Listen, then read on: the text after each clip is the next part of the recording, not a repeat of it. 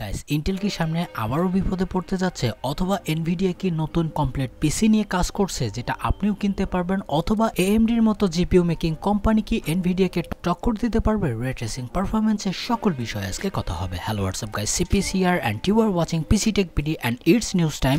আর আজকের নিউজগুলোও অনেক এক্সক্লুসিভ, তাই অবশ্যই শেষ পর্যন্ত দেখতে পারেন। তো প্রথমের যে নিউজটি আসছে সেটি আসছে কোয়ালকম স্ন্যাপড্রাগনের কাছ থেকে। আর স্ন্যাপড্রাগন তাদের ফার্স্ট 8 Gen 4 পাওয়ার যে সকল ডিভাইস হবে ক্লাউড লঞ্চ করে দিতে পারে অক্টোবর মাসের মধ্যে, অর্থাৎ তাদের একবারে হাই এন্ড বা ফ্ল্যাগশিপ এসওসি আপনারা বলতে পারেন। আর এর আগেও কোয়ালকম যেটা করতে যাচ্ছে বিশেষ করে উইন্ডোজ মার্কেটে, সেখানে তো অবশ্যই ল্যাপটপ মার্কেটে পুরোই চিন্তার মধ্যে রেখে দিয়েছে এএমডি এবং ইন্টেলের মতো কোম্পানিকে। অবশ্যই অ্যাপেলেও এখানে সামিল থাকবে, তবে হ্যাঁ অক্টোবর মাসের মধ্যে এই সিপিইউগুলো ডিভাইসের সাথে প্যাকড হয়ে আসতে পারে, যেহেতু এগুলো আবার খোলা মার্কেটে আবার বিক্রি হবে না। আর আপনি তো এটা কিনে আপনি আর ফোনে লাগাচ্ছেন না কম্পিউটারের সিপিইউর মতো, অর্থাৎ কয়েকটা হাই এন্ড ফোনের সাথে আসতে পারে। এখানে লিস্টে আছে OnePlus 13, Xiaomi 15 এবং নাম না জানা হাজারো ডিভাইস। আর আপনারা জানেন স্ন্যাপড্রাগন 8 Gen 4 এ কি করতে চলেছে, যেটা অবশ্যই একটা ক্রেজি থিং হতে পারে সামনের দিকে, যেখানে অ্যাপেলের মতো সিলিকনকে টক্কর দেওয়ার ক্ষমতা রাখবে। আর অবভিয়াসলি ফ্ল্যাগশিপ অবশ্যই আপনাকে নেক্সট লেভেলের পারফরমেন্স দিবে। অবশ্যই সেটা আসলে আমি একটা ডেডিকেটেড ভিডিও বানানোর চেষ্টা করব, কেননা কোয়ালকম এই বিষয়ে অনেকটা খাটুনি করছে, যেমনটা খাটুনি করছে এএমডি। তাদের যে স্ট্রিক্স পয়েন্টের কথা বলেছিলাম বা স্ট্রিক্স হ্যালো সিপিইউর কথা, সেগুলো কতটা ক্যাপেবল হতে চলেছে পারফরমেন্স ওয়াইজ। আর যদি আমি গ্রাফিক্যাল পারফরমেন্সের কথা বলি তাহলে তো কোনো কথাই নেই। এখানে আমরা আপ টু 16 Ardenne 3.5 কম্পিউটার ইউনিটের সাথে আসবে, যেটা ক্রেজি একটা বিষয় হবে যারা মিড রেঞ্জ ক্যাটাগরি ল্যাপটপ কেনার কথা চিন্তা করছেন আর যারা অ্যাফোর্ড করতে পারেন স্ট্রিক্স হ্যালোর মতো প্রসেসর বা এপিইউ ল্যাপটপের ক্ষেত্রে। তো সেক্ষেত্রে আপনারা RX 7600-এর চেয়েও ভালো পারফরমেন্স পেতে পারেন বলে এরকমটাই তারা ব্যক্ত করেছে। আর সবচেয়ে ইন্টারেস্টিং পার্ট হচ্ছে এই সালের মধ্যেই সেইগুলো আসতে চলেছে, যেটা অবশ্যই ক্রেজি থিং। আর এরকমটা করেছে কিন্তু আমাদের Red Gaming Tech, Moore law is dead, অনেকেই এটাকে কনফার্মেশন দিয়ে দিয়েছে যে এই বছরের মধ্যেই হচ্ছে। তো এটা একটা ভালো অ্যাফোর্ড আমরা বলতেই পারি। আর এএমডির যেহেতু কথা চলছে, কেননা তাদের কারেন্ট এবং প্রিভিয়াস জেনারেশনের সিপিইউগুলোর কথা বলা যায়, কারণ বর্তমান সময় চলছে ভালো ভালো ডিল। আর এটি কিন্তু এএমডির দ্বারাই সম্ভব হয়। বিশেষ করে Ryzen 9 7900 X3D-র কথা বলি, সেটা শুধুমাত্র আপনি বিলিভ করবেন শুধুমাত্র $329 পাওয়া যাচ্ছে, যেটা ক্রেজি লেভেলের একটা বিষয়। Ryzen 7 5700 X3D-র কথা বলি, এটা $230 পাওয়া যাচ্ছে। অ্যান্ড যদি কথা বলি Ryzen 7 5800X এর, তো এটা শুধুমাত্র $175 পাওয়া যাচ্ছে। বাংলাদেশে কনভার্ট করে নিন যে প্রাইসটা কি আসলে দাঁড়ায়। বিশেষ করে Ryzen 9 7900 X3D-র মতো এত ভালো একটা সিপিইউ 12 কোর 24 থ্রেডের, যেখানে আপনাকে গেমিং প্লাস প্রোডাক্টিভ কাজে ফুলফিল করে দেবে শুধুমাত্র $330, যেটা অবশ্যই একটা ক্রেজি লেভেলের বিষয় হতে পারে বলে আমরা আশা করছি। শুধু তাই না, এখানে যদি আমরা অনেক জিপিইউর ডিল দেখি, তো সেখানেও আমাদেরকে অনেক ভালো একটা অফার দিচ্ছে এএমডি এবং এনভিডিয়ার কথা বলি, ইভেন যদি ইন্টেলের কথা বলি তারাও কিন্তু ভালো ভালো ডিল দিচ্ছে। তবে বাংলাদেশে কেন জানি না গ্রাফিক্স কার্ডের ডিলটা একটু ভালোভাবে পাওয়া যাচ্ছে না। তবে হ্যাঁ, একটা গ্রাফিক্স কার্ড খুব অ্যাফোর্ডেবল প্রাইসে পাওয়া যাচ্ছে, তাও আবার নতুন আর্কিটেকচার বলবো, একবারে নতুন না, 30 সিরিজের কার্ড, সেটার প্রাইস অনেক অ্যাফোর্ডেবল হয়ে গেছে। আর সবচেয়ে ইন্টারেস্টিং পার্ট হচ্ছে M5 সকেটের এমন একটি Ryzen 5 এর প্রাইস এতটাই ড্রপ হয়েছে, যেটার মাধ্যমে যদি আপনি একটা বিল্ড ডিসকাশন ভিডিও দেখতে চান, আমি সেটা কভার আপ করে দেবো, যেটা অবশ্যই আপনাকে ম্যাক্সিমাম ভ্যালু দিতে সক্ষম, তাও আবার মিড রেঞ্জ ক্যাটাগরির অ্যাফোর্ডেবল প্রাইসে।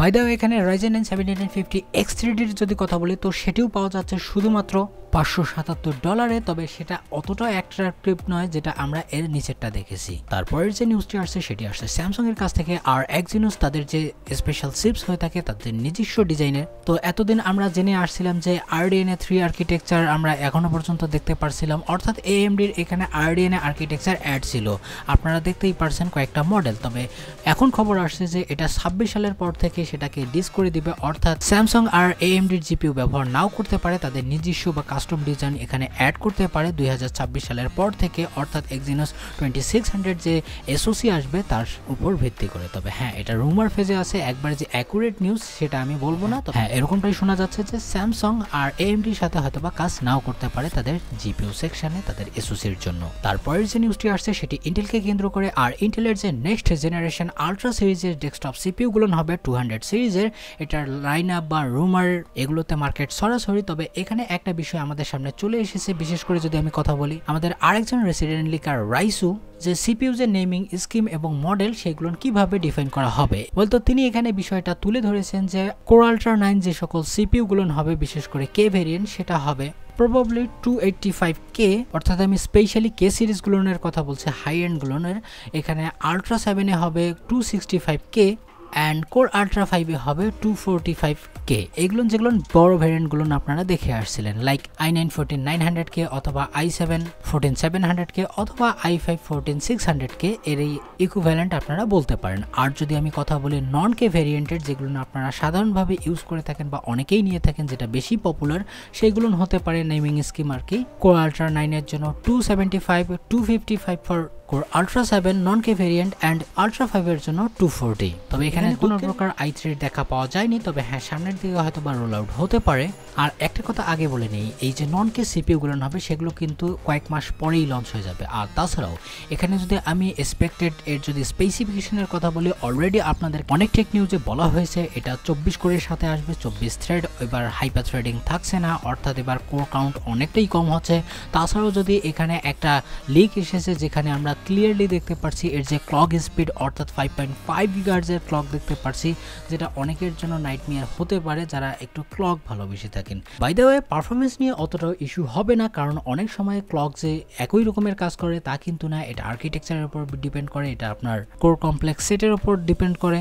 তবে হ্যাঁ 6.2 GHz এর ঢোল পিটিয়ে যদি 5.5 GHz এ নামিয়ে নিয়ে আসে, সেটা অবশ্যই একটা দৃষ্টিকটু লাগতে পারে অনেকের ক্ষেত্রে। তবে হ্যাঁ পারফরমেন্স আমার মনে হয় না যে এখানে আহামরি যে এক্সপেন্ড করতে পারে, এরকমটা নাও হতে পারে। তবে কম্পিটিশনে রাখতে গেলে তাদেরকেও আমাদেরকে খানিকটা সাপোর্ট করতেই হবে, তা না হলে আবার AMD রাইজেন নেক্সট জেনারেশন ঘাড়ে চড়ে না বসে। তবে সব কথার শেষ কথা, আমাকে অতটাও ইমপ্রেস করতেছে না নেক্সট জেনারেশনের যে কোর আল্ট্রা সিরিজের বা 200 সিরিজের যে সকল সিপিইউগুলো হবে অ্যারোলেক আর্কিটেকচারের, সেগুলোর কথাই বলছি। তারপরে যদি কথা বলি এনভিডিয়ার কথা, তো তারা প্রমোট করতে চাচ্ছে তাদের প্রিমিয়াম এআই পিসির প্যাকেজ, অর্থাৎ মোস্ট প্রবাবলি তাদের কিছু পিসি প্যাকেজ নিয়ে আসতে পারে, যেগুলো অবশ্যই হবে এআই ফোকাস। অর্থাৎ সাধারণ যে সকল হয়ে থাকে পিসি, আপনারা এর যে একটু আলাদা টাইপের দেখতে পারেন, যেখানে বেশিরভাগ ফোকাস করা হবে এআই টাস্কের উপর বা এআই যে সকল ওয়ার্কলোড হয়ে থাকে তাদের জন্য। এখানে বেসিক এআই পিসি এবং প্রিমিয়াম এআই পিসির একটা লিস্ট দেখতে পাচ্ছি, যেখানে